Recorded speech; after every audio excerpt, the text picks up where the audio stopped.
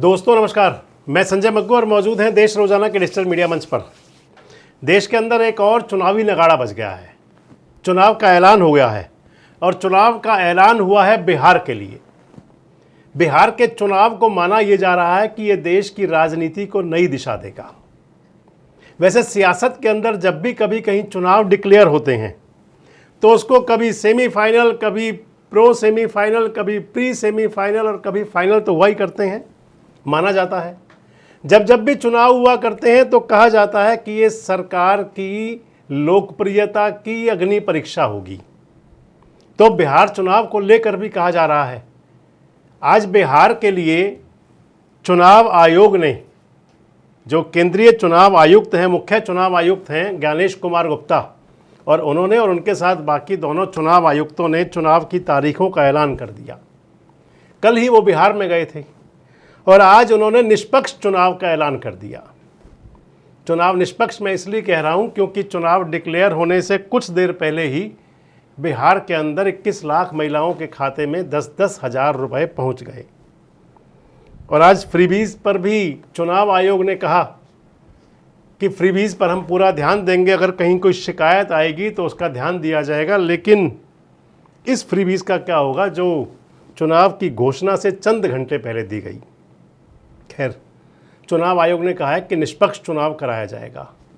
और वो स्थिति में जब हाल ही में एसआईआर हुआ, एसआईआर के अंदर 69 लाख वोट कटे हैं, लगभग 20 लाख से ज़्यादा वोट नए जुड़े हैं।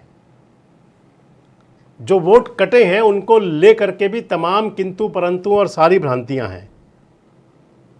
जो एसआईआर की रिपोर्ट जो पहले आई थी ड्राफ्ट, उस पर भी क्वेश्चन मार्क थे और जो अब आई उस पर भी क्वेश्चन मार्क हैं। कल जब चुनाव आयोग ने बिहार के अंदर प्रेस कॉन्फ्रेंस की थी तो उस समय भी कई सवाल आए थे। मसलन कि जो वोट काटे गए आधार क्या है, कितने घुसपैठिए वोट हैं, कितने घुसपैठिए मिले, कितने विदेशी वोटर मिले, क्या क्या पहचान उनकी हुई। हालांकि चुनाव आयोग ने उन सब के सटीक जवाब तो नहीं दिए, लेकिन जवाब जो दिए सो दिए। अब चुनाव का ऐलान हो गया है, अब सारी बातें गौण हो जाएंगी। एसआईआर हो चुका, पक्ष विपक्ष चाहे कुछ भी कहता रहे, चाहे वो बाकी तमाम बातों पर, अब सब कुछ चुनाव पर केंद्रित हो जाएगा। चुनाव में क्या होगा, बिहार की स्थिति क्या होगी, बिहार का चुनाव कैसा होगा, कौन वोट कटवा होगा, कौन सरकार बनाने की दौड़ में होगा, ये सब बात इस वीडियो में आपसे करेंगे। और पहले बता दें कि जो चुनाव का ऐलान हुआ है, लंबे समय बाद बिहार में सबसे कम समय में चुनाव होगा। ये चुनाव 40 दिन में पूरा हो जाएगा। 10 अक्टूबर को नोटिफिकेशन होगा पहले चरण के चुनाव के लिए और 14 नवंबर को मतगणना हो जाएगी। अगर आप इसको समझें, सीधे सीधे अगर शब्दों में देखें तो 10 अक्टूबर से लेकर 14 नवंबर तक सारा चुनाव क्लियर हो जाएगा। पहले फेज़ का जो चुनाव होना है वो 121 सीटों पर होगा और 121 सीटों पर जो चुनाव कार्यक्रम की घोषणा हुई है उसके हिसाब से 10 अक्टूबर को नोटिफिकेशन होगा। 10 से 17 अक्टूबर तक नॉमिनेशन यानी कि नामांकन पत्र भरे जा सकेंगे। 18 अक्टूबर को स्क्रूटनी होगी। 20 अक्टूबर को विड्रॉ कर पाएंगे यानी कि नाम वापसी। और पहले चरण का जो मतदान है वो 6 नवंबर को होगा। दूसरे चरण का जो मतदान है वो 122 सीटों के लिए होगा, यानी कि टोटल जो 243 सीटें हैं, एक पहले चरण में 121 और दूसरे चरण में 122 सीटें होंगी। दूसरे चरण के जो मतदान के लिए जो इलेक्शन नोटिफिकेशन होगा वो 13 अक्टूबर को होगा। 13 से 20 अक्टूबर तक नॉमिनेशन होंगे, नामांकन भरे जा सकेंगे। 21 अक्टूबर को स्क्रूटनी होगी। 23 अक्टूबर को विड्रॉ किए जा सकेंगे, नाम वापस हो पाएंगे। और 11 नवंबर को मतदान होगा। इन दोनों चरणों के मतदान के बाद 14 नवंबर को मतगणना होगी और 14 नवंबर यानी कि बाल दिवस, जिस दिन नेहरू जी का जन्मदिन होता है, उस दिन बिहार का चुनाव परिणाम आ जाएगा। एक बात और हुई कि सभी राजनीतिक पार्टियां चाहती थी कि ये चुनाव छठ से ज़्यादा देर में ना हो और छठ पर्व जो है प्रभावित भी ना हो। तो इसको देखें तो फिर समय पूरा है। 28 तारीख के बाद, 28 तारीख की छठ है और 6 नवंबर को पहले चरण का मतदान होगा। बिहार का जो चुनाव होगा ये कई मायनों में अजब गजब होगा। पहला तो आप देख लें, अजब गजब यूं रहा, इसके रंग अलग यूं रहे कि बिहार चुनाव से कुछ दिन पहले ही, कुछ माह पहले ही चुनाव आयोग ने एसआईआर करवाया, यानी कि मतदाता सूचियों का संपूर्ण पुनरीक्षण। एसआईआर हुआ और एसआईआर को लेकर के सुप्रीम कोर्ट तक जो दौड़ चली, जो बहस चली, जो सब कुछ हुआ, वो सब आपके सामने रहा। और अंतोगत्वा एसआईआर का काम पूरा हुआ। 30 सितंबर को फाइनल सूचियां प्रकाशित हुई और आज चुनाव डिक्लेयर हो गया। चुनाव के अंदर वोट चोरी का मुद्दा भी बिहार में ही सबसे ज़्यादा रंगत पे आया। हालांकि राहुल गांधी ने जिन सीटों का जहां पर वोट चोरी की बात की वो मुख्य कर्नाटक थी, लेकिन जो वोट चोरी रोकने की यात्रा या वोट अधिकार यात्रा राहुल गांधी ने शुरू की, क्योंकि बिहार में चुनाव है इसलिए वो बिहार से शुरू हुई। ये मुद्दा कहीं कमज़ोर ना पड़ जाए, इधर राहुल गांधी की यात्रा शांत हुई, खत्म हुई, तो उधर लालू यादव के बेटे ने, यानी कि जो राहुल गांधी के सहयोगी हैं तेजस्वी प्रसाद यादव ने झंडा बुलंद कर दिया। वोटर बचाओ, वोटर सम्मान रैली जो सब चलती रही, ये लगातार बिहार में अभियान जारी रहा, ये दूसरी बात हुई। और तीसरी बात, चुनाव आयोग पर तमाम प्रकार के आरोप प्रत्यारोप लगते तो हमेशा हैं, लेकिन बिहार चुनाव से पहले और बिहार चुनाव को लेकर जो लगे वो आज तक के सबसे ज़्यादा हैं।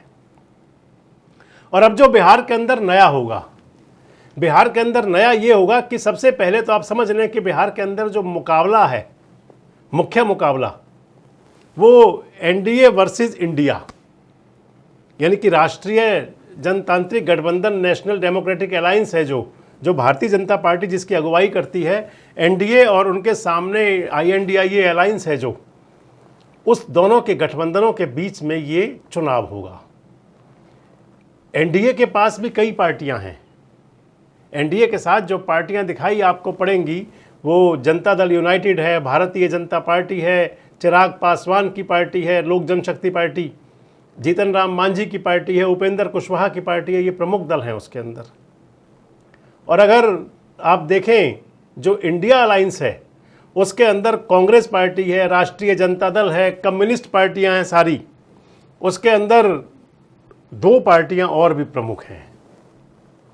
ये चुनाव जो होगा ये बिहार के मुख्यमंत्री और बिहार के वेटिंग सीएम, जो इस समय बिहार के विपक्ष के नेता हैं, क्योंकि नीतीश कुमार चेहरा हैं एनडीए का और इधर तेजस्वी यादव चेहरा हैं इंडिया अलायंस का। एनडीए की बड़ी पार्टी भी जनता दल यूनाइटेड है, जो वहाँ की क्षेत्रीय पार्टी है, भले ही राष्ट्रीय राजनीतिक दल माना जाता हो जेडीयू को, लेकिन है क्षेत्रीय पार्टी, बिहार की पार्टी है। और इंडिया अलायंस का भी जो बड़ा घटक दल है, जो बड़ी पार्टी है, वो राष्ट्रीय जनता दल है। यानी कि जो मुकाबला होगा वो मुकाबला नीतीश कुमार वर्सेस तेजस्वी यादव। अगर इसको अगले मुकाबले पर लेकर के चलें तो फिर एनडीए का जो बड़ा चेहरा है वो प्रधानमंत्री नरेंद्र मोदी हैं और इंडिया अलायंस का जो बड़ा चेहरा है वो राहुल गांधी हैं। यानी कि अगर दिल्ली वाली लड़ाई देखेंगे बिहार के अंदर तो फिर ये नरेंद्र मोदी वर्सेस राहुल गांधी हो जाएगी। इस लड़ाई के अंदर जब बिहार में आएंगे तो फिर एक लड़ाई आपको और दिखेगी। इस लड़ाई के अंदर पहली बार सियासत के अंदर उतरे। अभी तक तो वो इलेक्शन मैनेजमेंट किया करते थे, एक तरह से वो हुआ करते थे किंग मेकर सो कॉल्ड अपने आप में, लेकिन अब की बार बिहार की सियासत में है, चुनाव लड़ने के लिए है। उनका नाम है प्रशांत किशोर। प्रशांत किशोर कभी एनडीए वाले दलों के नीति निर्धारक हुआ करते थे, चुनावी उनकी किस प्रकार से मैनेजमेंट होगी वो देखा करते थे। अमित शाह के साथ बैठ करके घंटों घंटों उनकी शायद चलती होगी रणनीति, क्योंकि नरेंद्र मोदी जी के भी और उस नीतीश कुमार जी के भी, दोनों के लिए प्रशांत किशोर ने काम किया है। और अब की बार वो खासकर नरेंद्र मोदी और नीतीश कुमार यानी कि एनडीए के नेताओं से टकरा रहे हैं। जिस प्रकार से खुलासे किए हैं प्रशांत किशोर ने सरकार के मंत्रियों के, चाहे वो सम्राट चौधरी हों और चाहे वो अशोक चौधरी हों, इसलिए प्रशांत किशोर भी एक बड़ी भूमिका में होंगे। इस चुनाव में एक बात और होगी कि लालू प्रसाद यादव का परिवार पहली बार अलग अलग ताल ठोकेगा। लालू के लाल जो तेजस्वी यादव हैं वो तो हैं, इंडिया अलायंस का चेहरा हैं, बड़े नेता हैं, विपक्ष के नेता भी रह चुके हैं, वेटिंग सीएम भी हैं, लेकिन जिनको अपने सियासी और सामाजिक रूप से परिवार से बेदखल कर दिया था लालू प्रसाद यादव ने, राबड़ी देवी ने और पूरे परिवार ने, वो तेज प्रकाश यादव भी अपनी राजनीतिक पार्टी बनाकर चुनाव मैदान में होंगे, यानी कि दोनों भैया आमने सामने होंगे। तो लालू के दूसरे लाल तेज प्रताप यादव भी सामने होंगे। तेजस्वी के सामने तेज प्रताप भी एक चुनौती बनेंगे। कितनी बड़ी एक समय बताएगा। एक बात और आएगी कि पिछले चुनाव के अंदर जो 2020 का विधानसभा चुनाव हुआ था, उस चुनाव के अंदर असदुद्दीन ओवैसी की पार्टी ने इंडिया अलायंस को, यानी कि जो महागठबंधन था कांग्रेस और आरजेडी वाला गठबंधन, उसको वोटों की बड़ी चोट दी थी। खासकर सीमांचल और मुस्लिम बाहुल्य इलाकों के अंदर असदुद्दीन ओवैसी की पार्टी ने 6 विधायक ले लिए थे। हालांकि उन 6 विधायकों में से 4 विधायक राष्ट्रीय जनता दल में चले गए बाद में, लेकिन 6 विधायक लेकर के और लगभग 1 दर्जन सीटों पर महागठबंधन को नुकसान पहुंचाया था। असदुद्दीन ओवैसी कहते हैं कि वो तो चाह रहे हैं कि अब की बार महागठबंधन यानी कि जो इंडिया अलायंस है उनको अपना पार्टनर कर ले, लेकिन जो फिलहाल की सियासत बता रही है वो बता रही है कि असदुद्दीन ओवैसी अब की बार भी चुनाव मैदान में अपने बूते ताल ठोकेंगे। कितना नुकसान कर पाएंगे, क्योंकि वोट कटर से आगे तो वो है नहीं, ये समय के गर्भ में रहेगा। यानी कि बिहार के चुनाव के अंदर अब की बार जो आमने सामने का मुकाबला था, इस आमने सामने के मुकाबले में सबसे महत्वपूर्ण कड़ी तो प्रशांत किशोर होंगे। तेज प्रताप यादव अपने भाई का कितना नुकसान करेंगे, तेजस्वी का, ये भी देखना होगा। और असदुद्दीन ओवैसी की पार्टी क्या करेगी। अभी बिहार का चुनाव शुरू हुआ है। इस चुनाव के अलग अलग रंग आपके सामने आएंगे और हर रंग से हम प्रयास करेंगे आपको सरोवर करें। बस हमारे साथ आप जुड़े रहें, देखते रहें देश रोजाना। नमस्कार, धन्यवाद। हमारे साथ जुड़े रहने के लिए सब्सक्राइब करें देश रोजाना के YouTube चैनल को और नई वीडियो की नोटिफिकेशन पाने के लिए बेल आइकन जरूर दबाएं। अगर आप ये वीडियो Facebook या Instagram पर देख रहे हैं तो पेज को लाइक और फॉलो जरूर करें और ज्यादा से ज्यादा शेयर करें।